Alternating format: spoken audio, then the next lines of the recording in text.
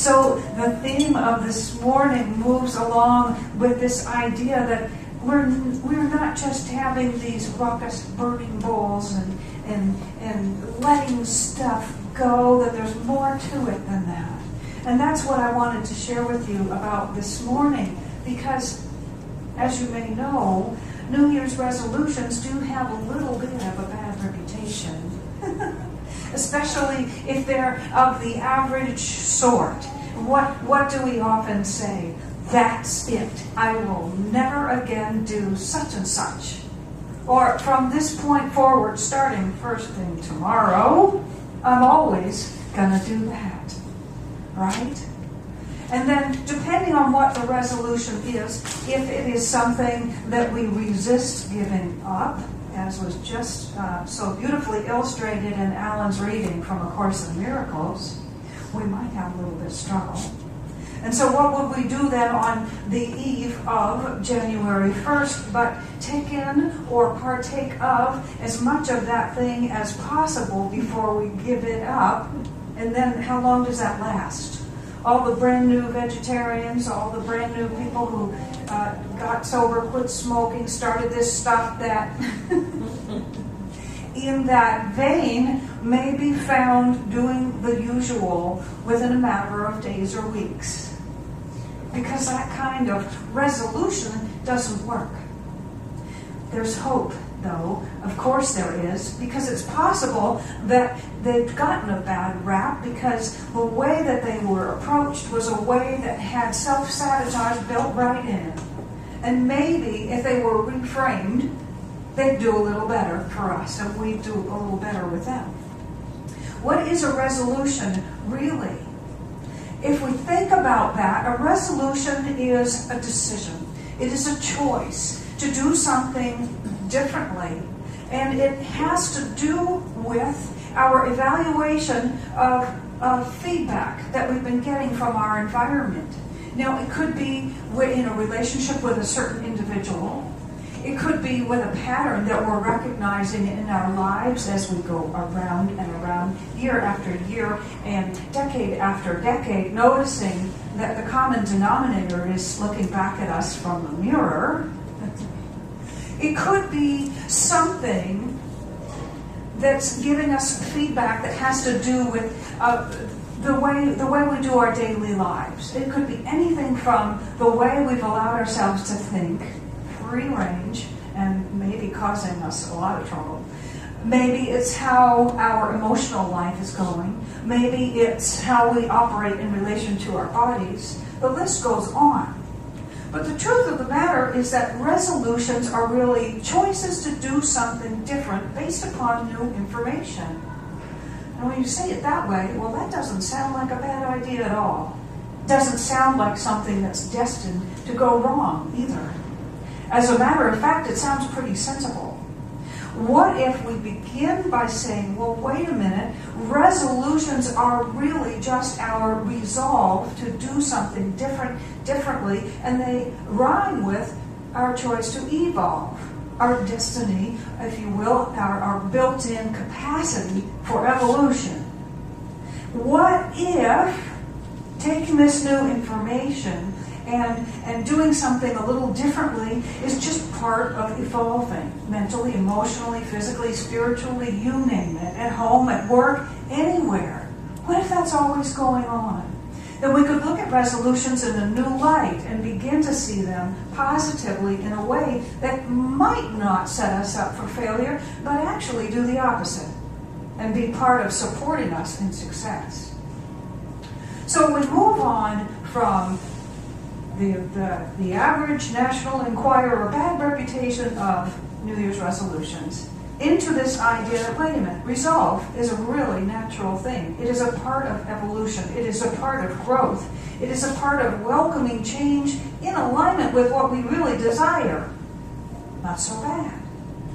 So if we move from that point a little bit further, we look at, she said, how can we take the sting out of our resolutions and put the zing back in them? We start with this viewpoint that they're a natural thing, and then we say, well, okay, I could take the sting out some more and put the zing in because, well, first of all, every thought that we entertain for any length of time is followed by feeling. It's a natural fact too. Think about something for 16 seconds and boom, up comes a feeling to go with it. How about that? Package deal. That's sustained thought. What comes next? Feeling plus thought generate an emotion. Something starts to happen biochemically. Something starts to stir in us and around us, and energy is in motion. And the next thing that happens is the creative process is rocking and rolling. It's going. It's begun. So that's one good reason not to throw out resolutions, but rather to understand what they're about and turn them into powerful intentions. Another reason to do this is because of what we just discovered a moment ago, which is if this feedback from our environment is actually for us rather than anything else, then all of that information that's coming back in, even from the person who ticks you off, even from the thing that's not working, how many, some people know how to recite these statistics. How many tries before the light bulb was invented? How many tries before communication devices were successfully invented? How many tries before successful flight took place? Did they say, oh, I've tried this 3 times, it's not working, I give up? Well, no. So if another thing we do is to reframe and recognize that everything is for us, it's supporting us in getting somewhere, then maybe there is something about it that's greater than the pettiness that we've seen in the past. I used to have a career in yachting, and so I love to use navigation analogies. And there's a thing about an autopilot, is that you set it for a certain course, and what it does is that when you start to go off course, all this beeping and flashing starts happening, like, yo, you are off course, and there's plenty of opportunity to do something about it before you run aground or hit a rock, or, all that sort of thing, before you miss your mark. And I like to realize that really we each have one of those systems within us. So when things go wrong, when things don't feel so great, when they don't look so good, they're still perfect, just like in Alan's reading. They're still useful and for us because they say, hey, you keep going that way. It's not going to be good. You think it's bad now. Just keep on. However, all the information is there to be able to shift our course. So once again, reframing this feedback that we're getting, recognizing that it's positive, it's easy to see that we can have positive resolutions that really help us, and we're getting all the information we need for them to be really accurate, spot on, just right for us in our daily lives. So if that's all true, is it possible that there's something more than the journey? Maybe a destination, maybe a something that it's all about, maybe a somewhere it's all heading? We love to recognize the joy in the journey and not be just occupied with the destination, of course. And yet, think about it. Perhaps there's something greater going on. Perhaps there is something greater taking place than just Marcia getting through her day, right? Perhaps there's something greater taking place than just me or you or any one of us negotiating our age, our economic status, our sense of fulfillment or lack thereof, relationships, education, you name it. Perhaps there's something more. What that does, when we get to this point in this exploration, is that this idea of having a purpose, of stepping into 2013, knowing your true purpose, that doesn't sound so trite either.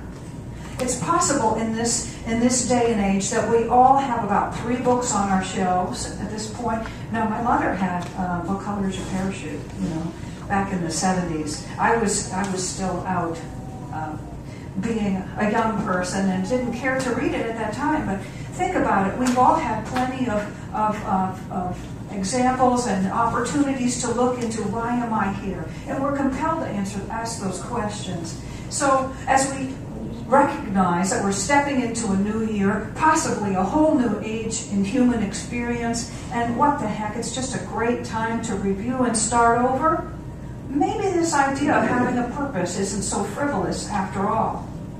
If we look at the perfection of what we've just examined, about the feedback from daily life, if we look at the possibility that it's actually honing us for something, shaping us for something, leading to something and taking us somewhere, could it be that each of us in this room and everyone else has a purpose?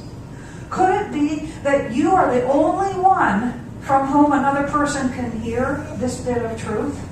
Whatever it is that will help them to remember that they're magnificent, that they're free, that they're creative, that their lives can be anything that they can imagine? Could it be that something that comes through you and only you influences someone around you to be more peaceful, to be more loving, frees them from the bondage of lack and limitation, encourages them to discover what their real dream is and to do it?